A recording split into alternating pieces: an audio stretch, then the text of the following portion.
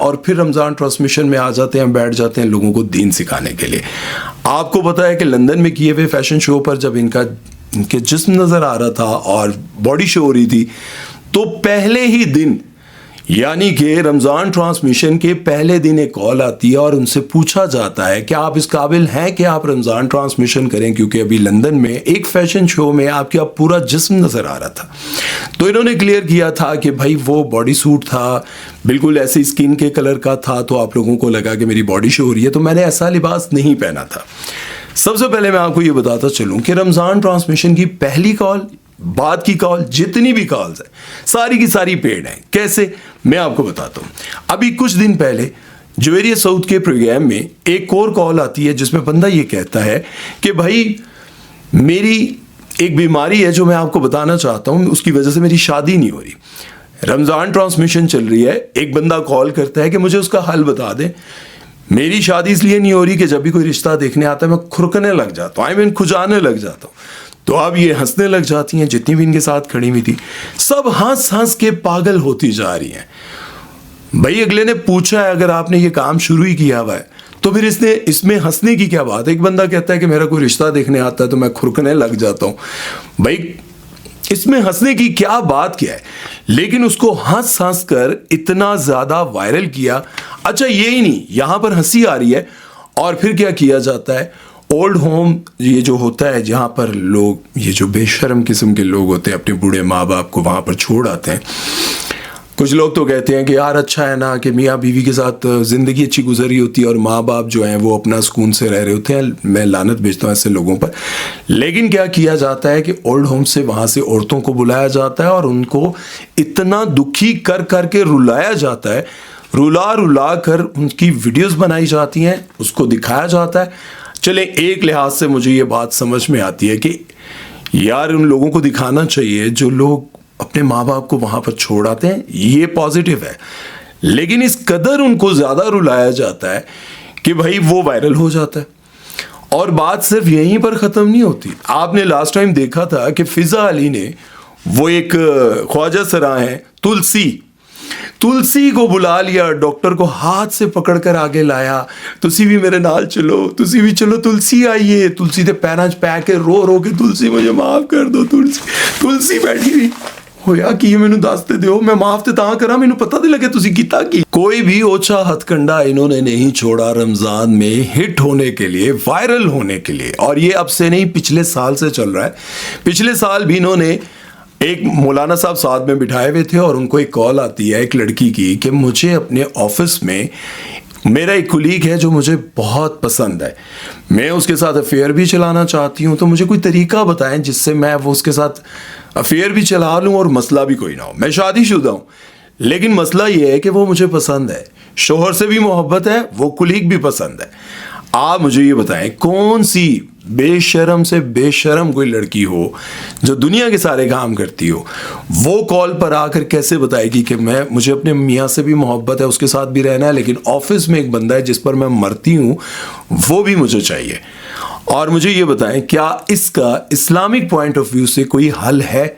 आप लोग मुझे बताएं। इनको पता था कि ये कॉल हम करवाएंगे तो वायरल जाएगी। और कहानी यहाँ पर खत्म नहीं होती। इनके प्रोग्राम में एक न्यूट्रिशनिस्ट हैं, उनके साथ एक कॉलर बात करते हुए कहता है कि मेरे यहाँ औलाद नहीं हो रही, मुझे ये बताएं कि मैं कौन सी खुराक खाऊं तो मेरी औलाद हो जाएगी। इस पर भी ये हंसना शुरू करती हैं। मुझे ये बताएं, सबसे पहले कोई बंदा कॉल करके किसी लड़की से ये पूछेगा, वो भी रमज़ान ट्रांसमिशन में, मैंने दसो जी मेरा ज़रा फ़नी मसला है। अब इनके हंसने का मकसद क्या है? डबल मीनिंग बनाने का। भाई जाहिर है एक बंदा कॉल कर रहा है, औरतों से पूछ रहा है, मैंने दोस्तों जी मेरे ना ज़रा फ़नी मसला है, मैंने ज़रा ए प्रॉब्लम है, तो मैंने ना वो बच्चे नहीं होंगे मेरे। मतलब आप रमज़ान ट्रांसमिशन में कॉलर्स भी कौन से ले रहे हैं? भाई कोई कॉल करे, बताए कि मुझे ये बताएंगे मैं नमाज़ पढ़ते हुए ये चीज़ मुझे भूल जाती है, नमाज़ पढ़ते हुए मैं इतनी रकात पढ़ता हूँ, मुझे ये बताएं कि फ़लाँ चीज़ मैंने पढ़ी थी, फ़लाँ हदीस मैंने पढ़ी थी। भाई इस बारे में पूछा जाए, ये बात की जाए कि रमज़ान में आप रोज़ा रखते हैं, आप इस रास्ते पर चलते हैं और रमज़ान ख़त्म होती है आप दोबारा उस रास्ते पर आ जाते हैं। कोई बात ऐसी की जाए जो दिल पर लगती हो। लेकिन इतने तो कॉलर्स कॉल कर करके ए पूछते रहते हैं कि मैनू ए दसो औलाद किंज होएगी। हद नहीं हो गई। अभी पिछले दिनों आपने देखा होगा इनको कि अपनी वालदा के कदमों में बैठ गई और कहने लगी, मैनू माफ कर दो माँ जी, मैं तो नल हो। माँ आगे से जवेरिया सऊद की वालदा कह रही हैं कि भाई आपने मुझसे कभी बदतमीजी नहीं की, लेकिन ये बार बार कह रही है, अम्मी कभी तो की होगी ना, कभी तो की होगी। हाँ मुझे याद आ गया, आपने वाकई कभी की होगी। एक तरफ आप यहाँ बैठकर माफी मांग रही हैं और रो रही हैं, लेकिन आपकी आंखों में आंसू एक नहीं है। और उसके साथ मुझे आपकी गलती याद आ गई। एक लाइव प्रोग्राम में आप बैठकर अपनी वालदा को कह रही थी कि मैं अभी पिछले दिनों अम्मी के घर गई रहने के लिए, तो मैंने अपनी अम्मी को मुंह पर कह दिया, भाई आपके साथ रहने पर आपकी बहुओं को मैं सलाम पेश करती हूँ, भाई वही हैं जो आपके साथ गुजारा कर सकती है, मैं तो आपके साथ बिल्कुल नहीं रह सकती। और सिर्फ जवेरिया सऊद ही नहीं है, बल्कि आप फिजा अली को देख लें, आप फाद मुस्तफ़ा का शो देख लें, कोई भी शो देख लें, हर शो के अंदर कुछ ना कुछ ऐसा किया जा रहा है। बल्कि आप ताबिश हाशमी का शो देखें जो रमज़ान स्पेशल चल रहा है, उसमें जो बंदा आ रहा है, जो भी आ रहा है, उनके साथ वो डबल मीनिंग जुमले बोलते ही बोलते हैं, और वो शो, वो बातें सभी इंजॉय करते हैं। अच्छा, एक और मुझे बात याद आई कि जवेरिया के प्रोग्राम में एक और स्क्रिप्टेड कॉल आती है। एक मेहमान को वो लड़की कहती है, मुझे पता चला कि आपकी शादी हो गई है, मुझे इतना दुख हुआ, काश मुझे पता चल जाता पहले, मैं आपका रिश्ता आपके साथ कर लेती, आपसे इफ्लाह कर लेती, मुझे तो बहुत दुख हुआ। वही हाथ है। फिर एक और बंदे की कॉल आती है और वो कहता है कि मैं घर में काम करने वाली के साथ शादी करना चाहता हूँ, लेकिन भाई इजाजत नहीं दे रहा। दसो हुण मौलवी साहब तुसी दसो कि मैं क्या करा। जवेरिया आप बताएं मैं क्या करूं कि भाई मैं काम वाली से शादी करना चाहता हूं, मेरा भाई मुझे इजाजत नहीं देता। ए रमजान ट्रांसमिशन इच कॉल आई है, तुसी दसो जी अगर काम वाली नाल मोहब्बत हो जाए तो फिर की भरा दी इजाजत जरूरी है? जरा मुझे आप ही बता दें, क्योंकि ये बहुत बड़ा मसला है, बहुत बड़ा मसला है। और एक और बहुत बड़ा मसला जिस पर मुफ्ती साहब से पूछा जा रहा था कि मुझसे मुफ्ती साहब मुझे ये बताएं कि शलवार की जेब में पैसे रखने से पैसे नापाक तो नहीं हो जाते, जायज़ है या नाजायज़ है? दसो तुसी भाई कितने बड़े मसले पूछे जा रहे हैं। या तो उन सबको पता है कि मुफ्ती साहब को सारियां गल्लां इसी टाइप दियां, क्योंकि मुफ्ती साहब ने एक और भी बताया था वजीफा। मुफ्ती साहब ने कहा था जी ऐ तुसी पढ़ लिया करो, ਤੁਹਾਡਾ बिजली का मीटर रुक जाएगा, मतलब आपका बिल ज्यादा नहीं आएगा। अच्छा, इनको एक और बात पर भी बहुत ज्यादा हेट मिला जब इन्होंने समरा शहजादी का मजाक उड़ाया। इन्होंने कहा कि मुझे समझ नहीं आती इसको मैं बच्ची बोलूं या लड़की बोलूं, या मैं इसको, मतलब उनकी हाइट, उनकी चीज़ों को देखकर, उनका ज़ाहिर है उनकी एज तो है, समरा शहजादी की एज तो है, तो कहती है मुझे समझ नहीं आती ना। वो इतना हंस कर और ऐसे मजाक उड़ाने वाले अंदाज में किया कि लोगों ने इनका भी फिर मजाक उड़ाया। बहुत सारे लोगों ने लिखा कि तुम्हारी भी हाइट कोई इतनी ज़्यादा नहीं है। अच्छा, मैं एक बात आपको बताऊँ कि जवेरिया सऊद बड़ी अच्छी एक्ट्रेस है, बड़ा अच्छा काम करती रही, लेकिन ये जो वायरल होने का चस्का है ना, मैं आपको बताऊं, ये तो टिकटॉक का जो सीन था ना, टिकटॉक पर वायरल होने वाला, क्योंकि बहुत सारे ऐसे मैंने लोग देखे जो अपनी माँओं को, बहनों को, सबको टिकटॉक लाइव पे ला कर नचा रहे हैं। मतलब उनको डांस भी बेचारियों को नहीं आता, सीधी सादी मासूम घरें लड़कियां, औरतें बिल्कुल सादा, और उनको जो है वो बेगैरत बेटे और शोहर नचवा रहे हैं।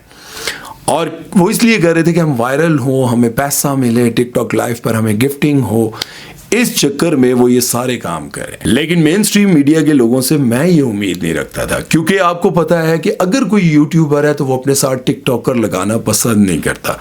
हालांकि टिकटॉक पर भी उसके मिलियंस में व्यूज होते हैं, लेकिन वो अपने आप को यूट्यूबर कहता है। वो इसलिए कहता है, वो कहता है कि टिकटॉक पर छिछोरे हैं ज़्यादा।